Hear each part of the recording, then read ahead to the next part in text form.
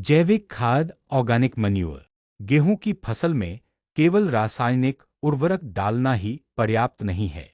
मिट्टी की भौतिक संरचना, सूक्ष्मजीव गतिविधि और दीर्घकालिक उर्वरता बनाए रखने के लिए जैविक खाद का प्रयोग अत्यंत आवश्यक है। जैविक खाद वह प्राकृतिक पोषक तत्वों का स्रोत है जो पौधों को धीरे धीरे और लंबे समय तक पोषण देता है। यह न केवल पौधों को आवश्यक तत्व प्रदान करता है, बल्कि मिट्टी की जल धारण क्षमता, वाटर होल्डिंग कैपेसिटी और वातन क्षमता, एरेशन को भी बेहतर बनाता है। एक गोबर की सड़ी खाद फार्म यार्ड मैन्योर फिल्म, मात्रा 8 से 10 टन प्रति हेक्टेयर। अच्छी तरह सड़ी हुई गोबर की खाद कम से कम 6 से 8 महीने पुरानी का ही उपयोग करें, क्योंकि ताज़ी गोबर में कीटाणु, खरपतवार के बीज और अमोनिया जैसी गैसें होती हैं जो फसल को नुकसान पहुंचा सकती हैं। इसे खेत की अंतिम जुताई से 15 से 20 दिन पहले समान रूप से बिखेरकर मिट्टी में मिला दें। लाभ: मिट्टी में कार्बनिक पदार्थ ऑर्गेनिक मात्रा की मात्रा बढ़ाता है, सूक्ष्मजीवों की संख्या बढ़ाता है जो पौधों के लिए पोषक तत्व घुलनशील बनाते हैं, मिट्टी की जल धारण क्षमता में वृद्धि करता है। 2 वर्मीकंपोस्ट, मात्रा 3 से 5 टन प्रति हेक्टेयर। यह केंचुओं द्वारा तैयार किया गया अत्यंत पौष्टिक जैविक खाद है।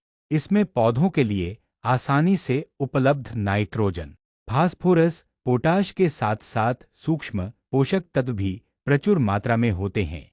लाभ: पौधों की जड़ों की वृद्धि तेज करता है, मिट्टी में हवा का प्रवाह और जल निकास क्षमता सुधारता है, मिट्टी के पीएच को संतुलित रखता है। 3 हरी खाद ग्रीन मैन्योर, फसल ढैंचा, सनी, मूंग, उड़द जैसी फसलें। विधि: गेहूं की बुआई से 40 से 45 दिन पहले हरी खाद वाली फसल बोकर फूल आने से पहले उसे मिट्टी में पलट दें। लाभ: नाइट्रोजन की प्राकृतिक आपूर्ति प्रति हेक्टेयर 40 से 50 किलोग्राम तक करता है, मिट्टी की जैविक सक्रियता बायोलॉजिकल एक्टिविटी को बढ़ाता है, खरपतवार और मिट्टी के कीटों की संख्या कम करता है। सूक्ष्म पोषक तत्वों का महत्व: जैविक खाद में zinc, boron, manganese, iron, copper जैसे माइक्रोन्यूट्रिएंट्स होते हैं जो पौधों के लिए बहुत जरूरी हैं।